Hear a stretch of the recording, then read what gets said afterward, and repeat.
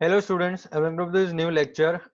We will see the continuation part of your chapter number 14. हम continue कर रहे थे. लास्ट टाइम हमने मालवा प्लेटू पढ़ा था और उसके ऊपर वाले पार्ट्स पढ़े थे. आज हम डेक्कन प्लेटू पढ़ने वाले हैं. डेक्कन प्लेटू एक्चुअली है क्या बेटा? डेक्कन प्लेटू हमारा जो साउथ इंडिया का पार्ट है वो है डेक्कन प्लेटू. ठीक है. प्लेटू मतलब अनइवन लैंड, वो तो आपको पता ही है, राइट? तो ये डेक्कन प्लेटू है. चलिए शुरू करते हैं. The Deccan Plateau is situated to the south of Satpura, Mahadev and Maikal ranges, which are located to the south of the Malwa Plateau. Malwa प्लेटू की हम बात करें तो आपने देखा था कि भाई अरावली रेंज जो है ऊपर वाले जो एरियाज हैं वो मालवा प्लेटू में आते हैं, नीचे वाले जो एरियाज है वो डेक्कन प्लेटू में आते हैं. सतपुड़ा रेंज है, यहाँ पे महादेव रेंज है, माइकाल रेंज है. मैं अगर आपको दिखाना चाहूँ तो मैं मैप खोलता हूँ आपके लिए. ये जो हमने मैप देखा था वहां पे ये एरिया आप देख सकते हैं, ये पूरा यहाँ पे डेक्कन प्लेटू लिखा हुआ है, राइट? ये देखिए डेक्कन प्लेटू लिखा हुआ है, तो ये पूरा जो पार्ट है बेटा वो है Deccan प्लेटू. Okay, this is Deccan प्लेटू. यहाँ पे कई ऐसे सारे हिल रेंजेस हैं, ठीक है, बहुत सारे हिल्स हैं यहाँ पे. आप देख रहे हैं वेस्टर्न घाट्स हैं, ईस्टर्न घाट्स आपको दिख रहे हैं, राइट? सतपुड़ा रेंज आपको यहाँ पे दिख रही है, राइट? तो these all are the ranges which are in the Deccan plateau. तो this is very simple. Deccan plateau में सतपुड़ा रेंज है, महादेव रेंज है और माइकाल रेंज है. भाई हमारे डेक्कन प्लेटू का जो नॉर्थ वेस्ट वाला पार्ट है, नॉर्थ वेस्ट वाला पार्ट मतलब गोवा, मुंबई, ये वाला जो पार्ट है नॉर्थ वेस्ट वाला पार्ट, यहाँ पे ये जो प्लेटू है वो बना है लावा डिपोजिट्स से. ठीक है, लावा डिपोजिट्स से बना है यहाँ पे. ऑन द वेस्टर्न साइड उसकी जो बॉर्डर है वहां पे आप देख सकते हैं वेस्टर्न घाट्स हैं जो नॉर्थ से लेके साउथ तक अरेबियन सी के कोस्ट पे आपको दिखाई देंगे. ठीक है, आप देखेंगे कि वेस्टर्न साइड, वेस्ट साइड हम बात करें तो वहां पे वेस्टर्न घाट्स हैं जो नॉर्थ से साउथ तक जाते हैं अरेबियन सी के किनारे किनारे. ठीक है, it is several local names, कई और लोकल नेम्स यहाँ पे दिए गए हैं. सह्याद्री उसको महाराष्ट्र और कर्नाटका में बोला जाता है, तमिलनाडु में नीलगिरी बोला जाता है, और केरला और तमिलनाडु के बॉर्डर पे अन्नमलाई और कार्डमम रेंज बोला जाता है. तो ये अलग अलग नाम है बेटा वेस्टर्न घाट्स के जो पूरे नॉर्थ से साउथ पे जा रहे हैं.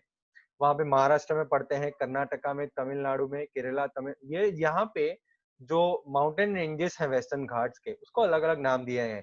जैसे महाराष्ट्र में सह्याद्री बोला जाता है, कर्नाटका में सह्याद्री बोला जाता है, तमिलनाडु में नीलगिरी बोला जाता है, और केरला और तमिलनाडु की जो बॉर्डर है, ठीक है, वहां पे अन्नमलाई और कार्डमम रेंज बोला जाता है.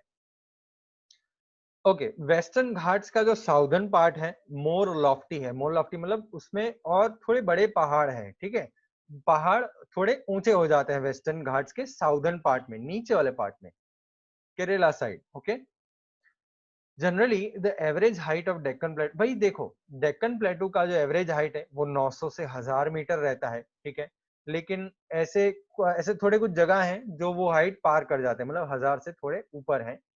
कई ऐसे अलग अलग एकले अलूठे हिल्स हैं, वो अलोन अलोन आइसोलेटेड मतलब दूर दूर हिल्स हैं जो 900 मीटर के हाइट तक पहुंच जाते हैं, जो हमारी ईस्टर्न बाउंड्री बनाते हैं. इसको हम बोलते हैं ईस्टर्न घाट.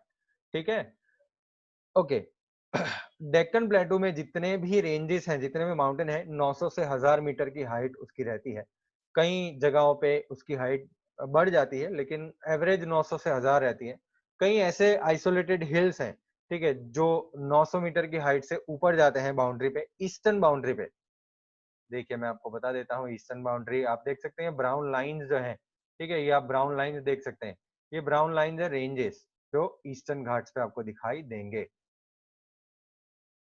तो ईस्टर्न घाट्स की हम बात करें तो कई ऐसे रेंजेस हैं वहां पे, कई एकलो अलूठे हिल्स हैं दूर दूर जो 900 मीटर की हाइट से पार हो जाते हैं, उसको हम बोलते हैं ईस्टर्न घाट्स. ठीक है, ईस्टर्न घाट्स का जो स्लोप है वो साउथ ईस्ट तरफ है.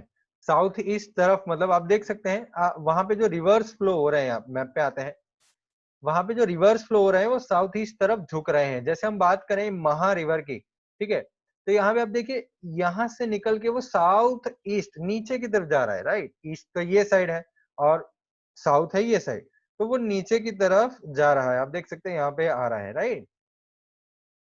गोदावरी रिवर की बात करें तो वो साउथ ईस्ट तरफ झुक रहा है। आप देख सकते हैं यहाँ पे रिवर का जो फ्लो है वो वहां से शुरू होता है, यहाँ पे मेरे माउस पॉइंटर से शुरू होता है और जाता है नीचे नीचे नीचे नीचे, देखो साउथ ईस्ट तरफ जा रहा है, ठीक है, साउथ ईस्ट के दिशा में जा रहा है। वैसे ही कृष्णा रिवर देखिए घूम के कैसे साउथ ईस्ट तरफ जा रही है, right.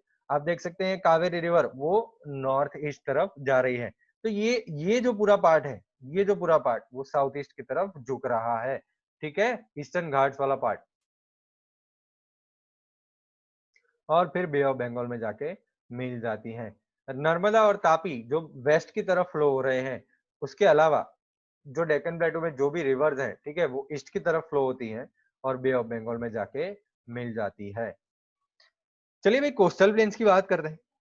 Along the sea coast, coastal plains मतलब ऐसी जमीन जो सी के नजदीक है, ठीक है, उसको हम बोलते हैं कोस्टल प्लेन्स। ओके, पेनिनसुलर प्लेटू एक नैरो बेल्ट ऑफ प्लेन से जाता है जो कच्छ से लेके उड़ीसा तक आप देख सकते हैं। अच्छा मैं आपको बता देता हूँ मैप के अंदर, पहले देख लेते हैं। Peninsular plateau is surrounded by a narrow belt of plains from Kutch to Odisha. It is divided into western and eastern coastal plains. तो वेस्टर्न कोस्टल प्लेन्स हमारे गुजरात की साइड, राइट, और ईस्टर्न कोस्टल प्लेन्स ओडिशा की साइड। तो ये दो कोस्टल प्लेन जो हैं वो छोटे से हैं, मतलब बहुत बड़े नहीं है, ठीक है, वो ग्रेट नॉर्दर्न प्लेन जितने बड़े नहीं है, लेकिन ये थोड़े कम है, छोटे हैं, ठीक है। The western coastal plains is spread from Gujarat to Kerala, Gujarat to Kerala, ठीक है। जो वेस्टर्न कोस्टल प्लेन है वो गुजरात से केरला तक फैला हुआ है, बहुत ही छोटा बेल्ट है जहाँ पे एरिया जो है वो फ्लैट है। मैं आपको बता देता हूँ वेस्टर्न कोस्टल प्लेन।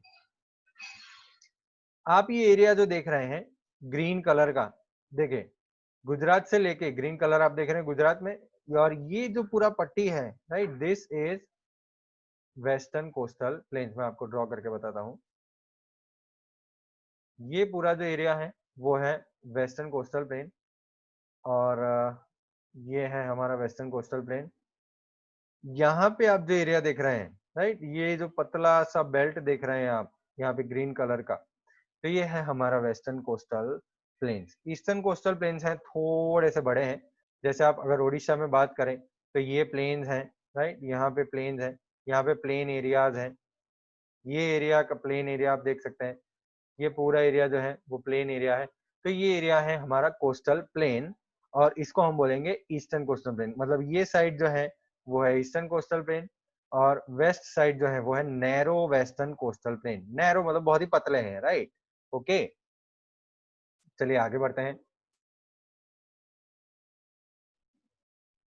नीचे आ जाते हैं हमारे कोस्टल प्लेन पे। ओके, गुजरात में जो है वो प्लेन इज मोस्टली नैरो, ठीक है, it is very much undulating and is known as Malabar coast to the south of Goa. तो हम गुजरात से बात करें, वहां से लेके गोवा तक वो जो पूरा एरिया है, ठीक है, उसको हम बोलते हैं मालाबार कोस्ट।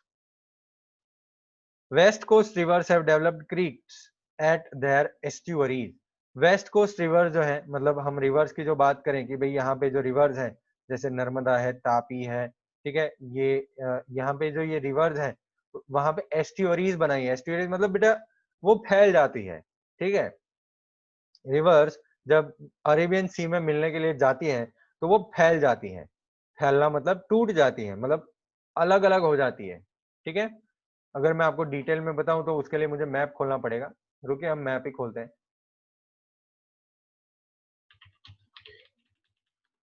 maps.google.com सबसे बढ़िया मैप्स, ठीक है। यहाँ पे हम मैप्स खोलते हैं, आपके स्क्रीन के ऊपर एक आ जाएगा, आ गया, आ ही गया होगा, आ गया, चलिए ठीक है। अब मैं यहाँ पे आपको दिखाने वाला हूँ वो एस्ट्यूअरीज जो हमारी रिवर्स फॉर्म करती है यहाँ पे।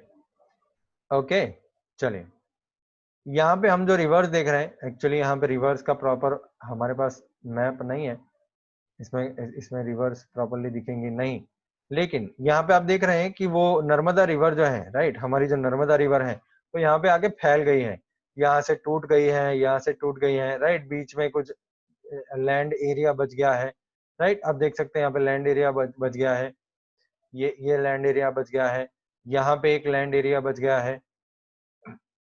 तो ये जो एरिया है वो तोड़ देती है, इसको हम बोलते हैं एस्ट्यूअरीज, फैल जाती हैं, छिछरा पानी होता है यहाँ पे। वैसे ही अगर हमको तापी नदी दिख जाए, ऐसी रही देखो तापी नदी, तो आप देख सकते हैं यहाँ पे तापी नदी बह रही है, यहाँ पे वो लैंड में तोड़ दिया है, सूरत में तापी नदी फ्लो हो रही है। आप देख सकते हैं यहाँ पे कैसे जमीन को तोड़ दिया है तापी नदी को, कि भाई वो यहाँ से भी फ्लो हो रही है, यहाँ से घूम के भी फ्लो हो रही है। ये बीच का जो एरिया है वो है रह गया, जमीन का एरिया रह गया। तो ऐसे जमीन को तोड़ देती है ऐसी जगहों पे, और छिछरा पानी होता है यहाँ पे, तो इसको हम बोलते हैं एस्ट्यूअरीज। ठीक है, एक बढ़िया सी एस्ट्यूअरी में गंगा की बताता हूँ आपको। गंगा की एस्ट्यूअरीज आप देखेंगे तो क्लियरली दिखती है एस्ट्यूअरीज। ठीक है, अब देखिए यहाँ पे कैसा एक लैंड फॉर्म बन गया है। आप देख सकते हैं यहाँ पे टूट गया है, ये टूट गया है, यहाँ पे टूटा हुआ है, ये टूटा हुआ है, यहाँ पे टूटा हुआ है। कितना कितना बड़ा एरिया में ये रिवर जो है उसने जमीन का एरिया तोड़ दिया है। ठीक है ना, आप देख सकते हैं। तो ये जो पूरा एरिया है बेटा उसको हम एस्ट्यूअरी बोलते हैं। यहाँ पे पानी छिछरा हो जाता है, आप पानी के अंदर जा सकते हैं, मतलब आपके पैरों तक ही पानी आता है, तो इस एरिया को हम बोलते हैं एस्ट्यूअरी। चलिए आते हैं टेक्स्ट बुक पे वापस, आ गए हैं टेक्स्ट बुक पे वापस। ठीक है, चलिए। वेस्ट कोस्ट रिवर्स ने क्रीक्स डेवलप कर दी हैं एस्ट्यूअरीज में। Most of this creeks are submerged valleys under river water. ये जो क्रीक्स बन गई हैं, ठीक है, ये जो चीजें बन गई हैं वो उसके अंदर वैलीज बन गई हैं, रिवर के वाटर के में रिवैलीज बन गई हैं। ये सी शोर की वजह से होता है। ये जब तट का पानी होता है ना बेटा, वो जमीन को छूता है तो जमीन को तोड़ देता है, तो दिस सी शोर इसके लिए बना है। It provides favourable conditions for fishery. भाई फिशरी के लिए बहुत ही बढ़िया होता है, क्योंकि पानी जो होता है वो बहुत ही मतलब कम होता है, कुछ कुछ जगह पे कम होता है, बीच में बहुत ही गहरा होता है, आजू बाजू बहुत ही कम पानी होता है, तो आप वहां पे फिशरी कर सकते हैं। फिशरी मतलब फिश पकड़ सकते हैं। वेस्टर्न कोस्ट पे बहुत कई नेचुरल पोर्ट्स हैं। नेचुरल पोर्ट्स मतलब वहां पे बंदरगाह हैं, राइट। बंदरगाह मतलब शिप जहाँ आती जाती, शिप यार्ड है वहां पे, जिसमें मुंबई है, मारमा गोवा है। तो ये जो है वो शिप पोर्ट्स हैं, हमारे पोर्ट्स हैं जहाँ पे शिप्स आती जाती रहती हैं। केरला के साउदर्न कोस्ट में बैक वाटर्स डेवलप हो गए हैं। बैक वाटर्स मतलब वहां पे जो रिवर्स है, राइट, वहां पे जो पानी है वो अंदर तक आ गया है, वो केरला को तोड़ दिया इसने पूरा। चलिए मैप में देखते हैं केरला, बढ़िया सा मजा आएगा। आ गया है आपके स्क्रीन पे मैप? यस आ गया होगा। चलिए, तो यहाँ पे हम केरला में आपको दिखाता हूँ, आप कैसे पानी फैल गया उसके अंदर, आप देख सकते हैं। देखिए केरला आ गया यहाँ पे, और ये थोड़ा मैंने जूम इन किया। ठीक है, तो आप देख सकते हैं कैसे वो जमीन ने पानी अंदर ले लिया, अंदर तक चला गया है पानी। तो ऐसे एरियाज हैं, आप देख सकते हैं ऐसे एरियाज हैं जहाँ पे पानी अंदर तक आ गया है ना, अंदर तक वो पानी आ गया है। बहुत कई ऐसे बहुत सारे एरियाज हैं केरला में जहाँ पे पानी अंदर तक आ गया है। अगर आप कोई डिस्कवरी पे केरला वेरला का अगर कुछ एपिसोड देख रहे हैं ना, तो बढ़िया आपको दिखा देगा कि वो है ना, वो पानी में ट्रैवल करते हैं, वो एक जगह से दूसरी जगह जाने के लिए पानी से भी ट्रैवल करते हैं अंदर, राइट। तो आप देख सकते हैं केरला का जो एरिया है, ठीक है, वो कैसे पानी के अंदर टूटा हुआ है, पूरा पानी से अंदर तक भरा हुआ है, राइट। एक बहुत ही बढ़िया एरिया है बेटा केरला। केरला एक one of the best places है हमारे, हम बोल सकते हैं कि भाई हमारे इंडिया में one of the best places है, बहुत ही बढ़िया है उसकी सीन्स, उसके उसके लैंड फॉर्म्स, उसके वहां पे जो पानी रहता है बहुत ही बढ़िया होता है बेटा। अच्छा हमारे पास एक ऑप्शन है यहाँ पे, आप अगर अगर अच्छा अगर आप हमको दिखाई दे तो चलिए देखते हैं। देखो कैसे पानी अंदर भरा हुआ है, राइट। अब देख सकते हैं कैसे पानी अंदर भरा हुआ है। फिर हम यहाँ पे जाते हैं, और एक पिक्चर भी है हमारे पास केरला का। अच्छा ये तो कुछ नहीं है, this is not much of important. यहाँ से अगर कुछ दिखाई दे तो, यस ठीक है, यहाँ पे कितना बढ़िया समुंदर आपको दिखाई दे रहा है, राइट। ये आपको कितना बढ़िया समुंदर दिखाई दे रहा है, कितना बढ़िया सा समुंदर है, राइट। ये समुंदर है, और ये वाटरवे है, ये वाटरवे है बेटा। ये जो है ना, ये एरिया में वो लोग ट्रैवल करते हैं। आप देख सकते हैं यहाँ पे शिप पड़ी हुई है, एक छोटी सी, एक स्टीमर जैसा पड़ा हुआ है। ये होटल का फोटो होगा, वहां का जो होटल होगा उसका फोटो होगा, राइट। तो ये वो लोग वाटरवे की तरह यूज करते हैं। आप यहाँ पे अगर मैं एक्सपांड करूँ, आप साइड में देख सकते हैं यहाँ पे नीचे कि ये जो समुद्र है, ठीक है, उसके अंदर वाला पार्ट है, ये तो जमीन वाला पार्ट है, यहाँ पे हम खड़े हैं, ये वाटरवे है, राइट। और एक पिक्चर भी है हमारे पास, चलिए देखते हैं। यस, ये रहा वाटरवे, दिखाई दे रहा है आपको? ये जो है पूरा वाटरवे है, ट्रैवल कर सकते हैं आप यहाँ से। तो अगर हम ऐसी चीजों की बात करें तो केरला बहुत ही ब्यूटीफुल है बेटा। वैसे तो अगर आप अ, कभी केरला जाएंगे या जब भी जाएंगे, ठीक है, तो आपको पता ही चल जाएगा। अगर आप यहाँ पे जूम इन करते हैं तो आप पीछे देख सकते हैं समुंदर है, यहाँ से जो फोटो लिया गया है वहां पे आप देख सकते हैं। चलिए यहाँ का एक फोटो देखते हैं, आपको दिखाता हूँ मैं। केरला बहुत ही ब्यूटीफुल है बेटा केरला। ये उस पे ब्रिज बना हुआ है, उस पे ये लोग, ये इंसान खड़ा हुआ है जिसमें से उसने फोटो खींचा है ना। तो बहुत ही बढ़िया है ये, राइट, बहुत ही बढ़िया है। एक्चुअली ये जो है ना बेटा, ये मैं जो घुमा रहा हूँ, ठीक है, ये इस तरफ हम घुमाए तो इसके पीछे समुंदर है, ये होटल के पीछे जो है वो समुंदर है, ठीक है, ये वाला, ये ऐसा समुंदर है पीछे, राइट। आप ये इंसान को देख सकते हैं, बाइक पे जा रहे हैं, उसके पीछे बढ़िया सा समुंदर है। चलिए वापिस आता है, टेक्स्ट बुक में बहुत देख लिया, आ गए, आ गए, चलिए, ओके। तो भाई बहुत ही बढ़िया बैक वाटर्स बन गए हैं केरला में। बैक वाटर्स मतलब अंदर भी ऐसे पानी है जहाँ पे वो लोग यूज करते हैं ट्रैवल के लिए। And these are known as kayal in local language, तो वो लोग इसको कयाल बोलते हैं, ठीक है।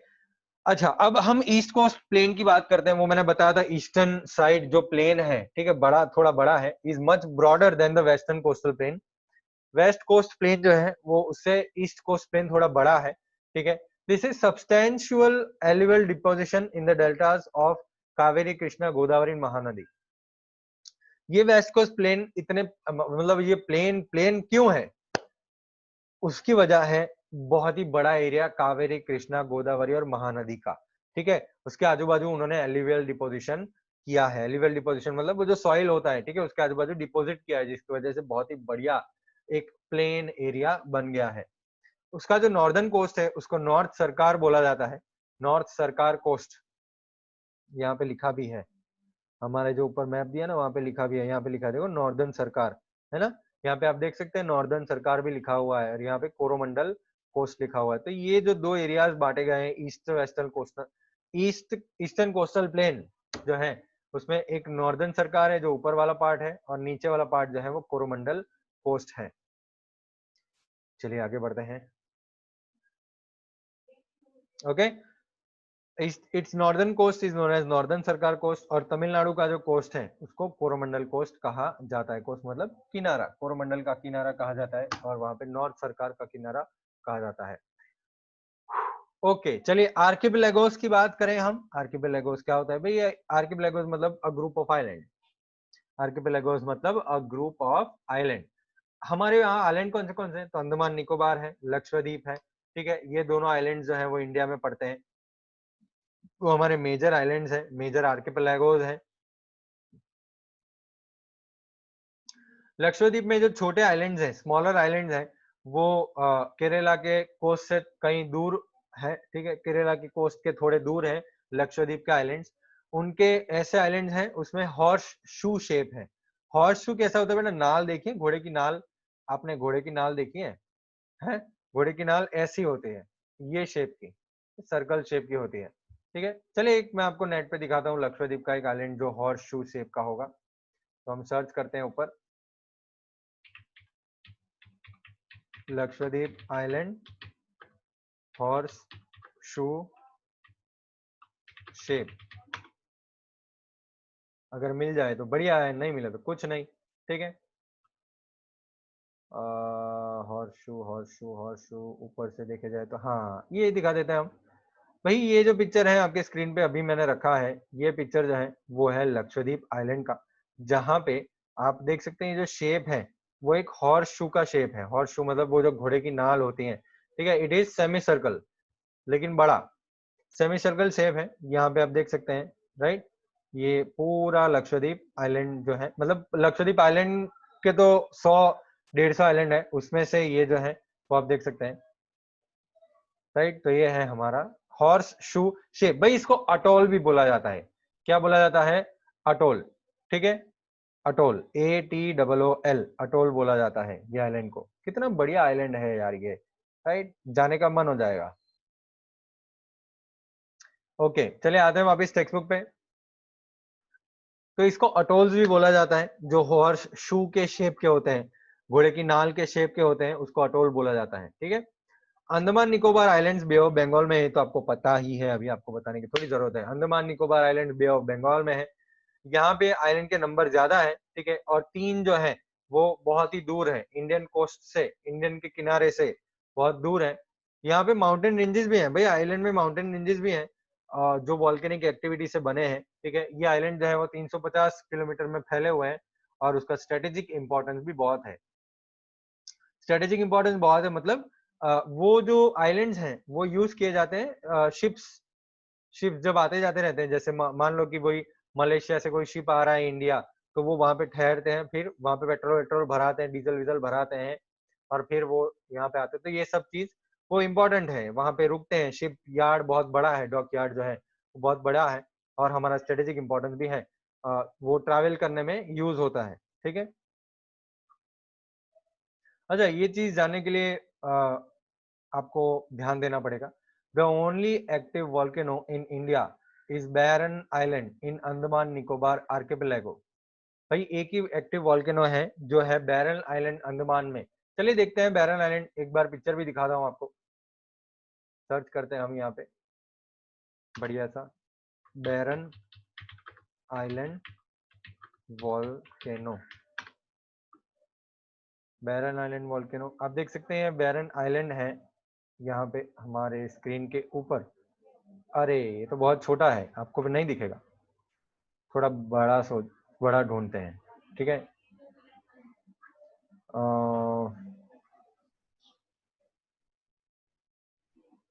ये भी छोटा है, बड़ा ढूंढना पड़ेगा।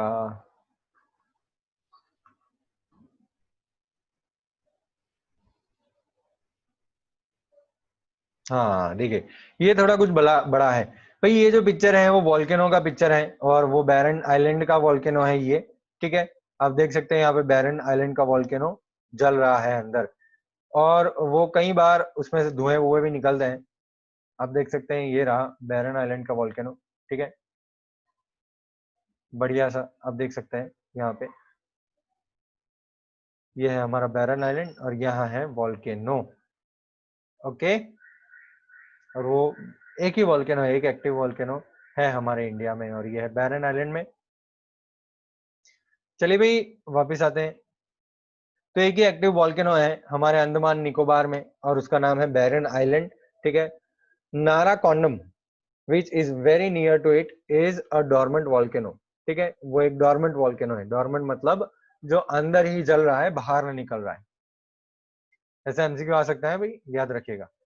Thus, there is a diversity in the physical features of India. भाई हम फिजिकल फीचर्स की बात करें, इंडिया के फीचर्स की बात करें, तो भाई बहुत ही अलग अलग चीजें हमको इंडिया के फीचर्स में इंडिया में देखने को मिलती है। माउंटेन रेंजेस देखने को मिलते हैं, राइट। वॉल्केनो हमको देखना है, इंडिया में तो वॉल्केनो भी है बैरन आइलैंड में। हिमालयन रीजन भी है, बहुत बड़े बड़े रिवर्स भी हैं, रण भी है। तो ये सारी चीजें हमारे इंडिया में देखी जा चुकी है, और है भी सही, राइट। तो there is a diversity in physical features of India. हर एक रीजन अपना अलग ही कैरेक्टरिस्टिक होता है उसका, और सब रीजन एक दूसरे से कनेक्टेड है। मतलब इंडिया तो एक ही है, तो सब रीजन एक दूसरे से कनेक्टेड है, right. All of them have important contribution in the progress of the nation and are useful in forest resources.